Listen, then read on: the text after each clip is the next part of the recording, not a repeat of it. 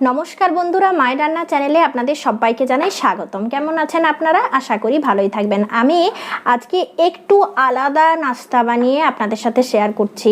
নাস্তাটা সত্যি সত্যি দুর্দান্ত, অথচ এত কম উপকরণে বিশ্বাসই হবে না যদি আপনারা একবার উপকরণগুলো দেখেন আর একবার বানিয়ে খেয়ে দেখেন। এটা আমি একটু দই নিয়েছি, জাস্ট সাজিয়েছি সার্ভ করবার জন্য, আর আমি খাবো এটা দই দিয়ে। আমি আজ বানিয়েছি খুব সুন্দরভাবে ক্রিম পরোটা। এক কামড় দিলেই বুঝতে পারবেন এটার ক্রিমের কি স্বাদ। এই পরোটা খেতে কিন্তু দারুণ মজা লাগে।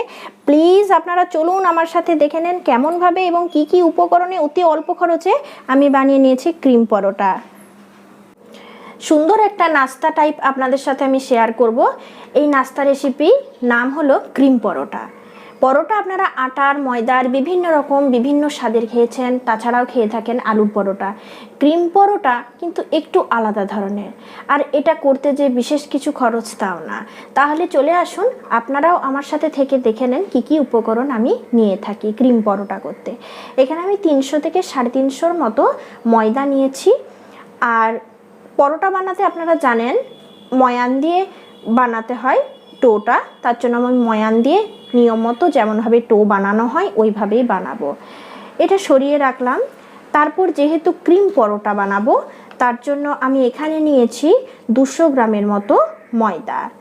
এই ময়দাটাকে ভালোভাবে আমি চেলে নিয়েছি, দুটো ময়দাই চেলে নিয়েছি।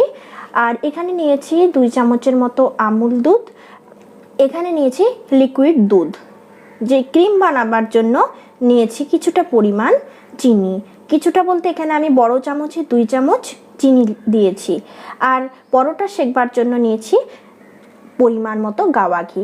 এগুলো লাগবে ক্রিম বানাতে, ক্রিমের এগুলোই উপকরণ। তার জন্য চলুন বেশি দেরি না করে আমরা ক্রিম পরোটা বানাতে চলে যাই। আর আপনাদের কাছে অনুরোধ থাকলো, যদি এখনও পর্যন্ত মায়ের রান্না চ্যানেলটিকে সাবস্ক্রাইব না করে থাকেন তাহলে অবশ্যই সাবস্ক্রাইব করে নেবেন, আর পাশে থাকা বেল বাটনটাকে প্রেস করে নেবেন যাতে করে মায়ের রান্না চ্যানেলের সমস্ত নোটিফিকেশন আপনাদের কাছে আগে পৌঁছয়। তাই চলুন আমরা শুরু করি। ময়দাতে আমি পরিমাণ মতো লবণ মাখিয়ে নেব। খুব ভালোভাবে লবণটা মাখিয়ে নিয়েছি। এরপর ময়দাতে আমি একটু ময়ান তৈরি করে রেখেছি, এই ময়ানটা ভালোভাবে ঢেলে দেব।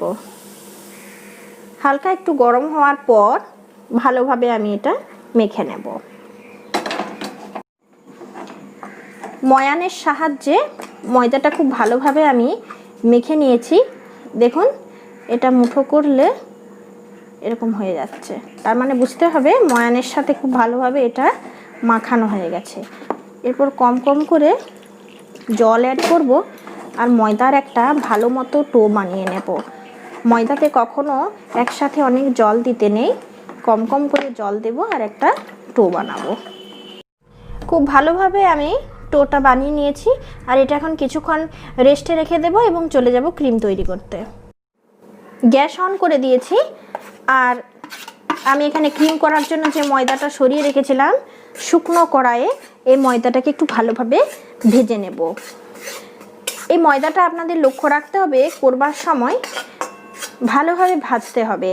ময়দা যদি শুকনো কড়াইয়ে ভালোভাবে না ভাজি তাহলে একটা প্রবলেম হতে পারে, ময়দার কাঁচা গন্ধ ক্রিমে লাগতে পারে। তাই ক্রিম তৈরির জন্য এই ময়দাটাকে খুব ভালো করে প্রায় 12 থেকে 15 মিনিটের মতো আমি ভেজে নেব।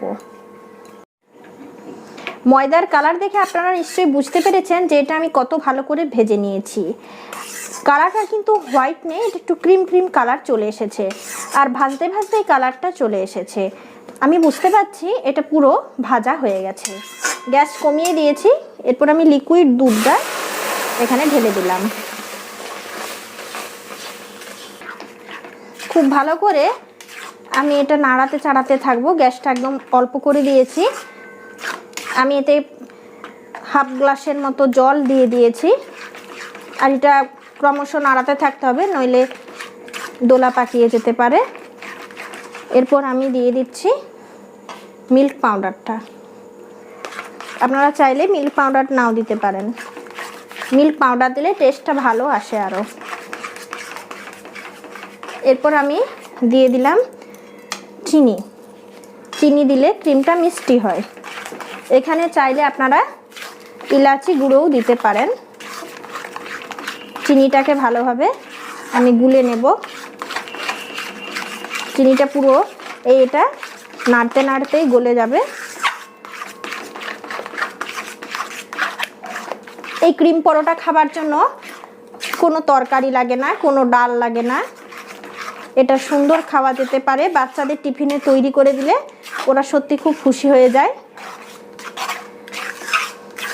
সুন্দরভাবে ক্রিম তৈরি করে নিয়েছি। এখন গ্যাস বন্ধ করে আমি চলে যাব পরোটা তৈরি করতে।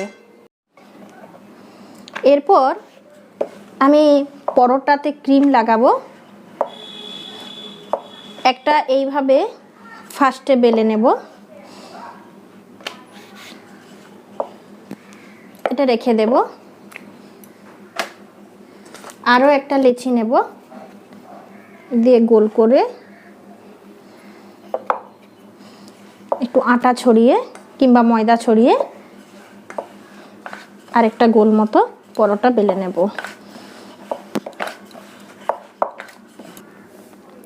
পরোটা বেলা হয়ে গেছে। এরপর আমি ক্রিম নিয়ে নিয়েছি, আর ক্রিমটা ভালো মতো করে চারিপাশ মাখিয়ে নেব পরোটাতে। খুব ভালোভাবে দেখতেই পাচ্ছেন ক্রিম মাখিয়ে নিয়েছি। এরপর আরেকটা যে আমি বেলে রেখেছিলাম এটা এইভাবে চিপকে দেব। একটা আমার তৈরি করা হয়ে গেছে। নেক্সট আরও আপনাদের আমি আরেকটা দেখিয়ে দিচ্ছি। নেক্সট টাইম আমি আরও দুটো পরোটা বেলে নিয়েছি, আর এইভাবে আমি আরও ক্রিম মাখিয়ে নেব। খুব সাবধানে মাখাতে হবে।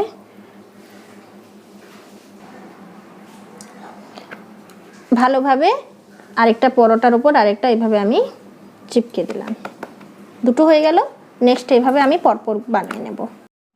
এরকমভাবে সব পরোটাগুলো আমি তৈরি করে নিয়েছি, আর তাওয়া বসিয়েছি। তাওয়াতে আমি পরোটার মতো 1 চামচ কিংবা 2 চামচ ঘি কিংবা সাদা তেলেও আপনারা এটা সেঁকে নিতে পারেন। খুব ভালোভাবে সেঁকে নিতে হবে। গ্যাসের ফ্লেমকে এখন বাড়িয়ে রেখেছি।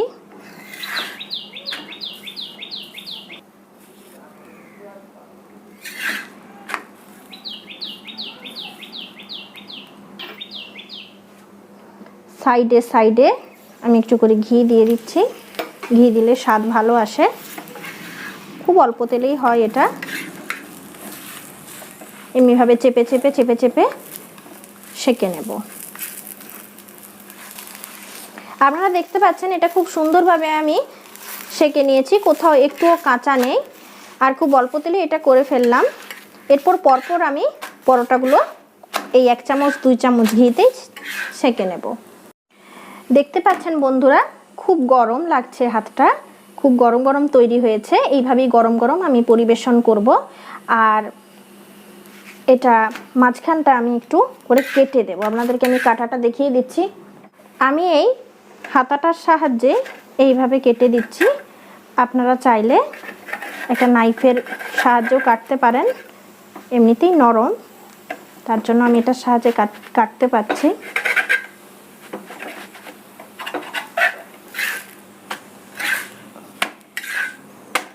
এইভাবেই আমি পরিবেশন করব গরম গরম। আর এটা খেতে খুব দুর্দান্ত লাগে। 1 কামড় দিলেই সত্যি সত্যি ক্রিম পাওয়া যায়, আর খুব স্বাদের হয়। তাই আপনারা এই রেসিপিটা প্লিজ একবার ট্রাই করে বাড়িতে দেখবেন, আর কেমন হলো আমাকে জানাবেন কমেন্ট বক্সে।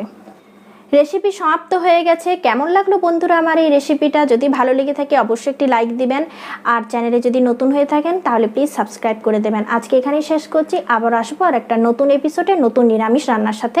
ধন্যবাদ।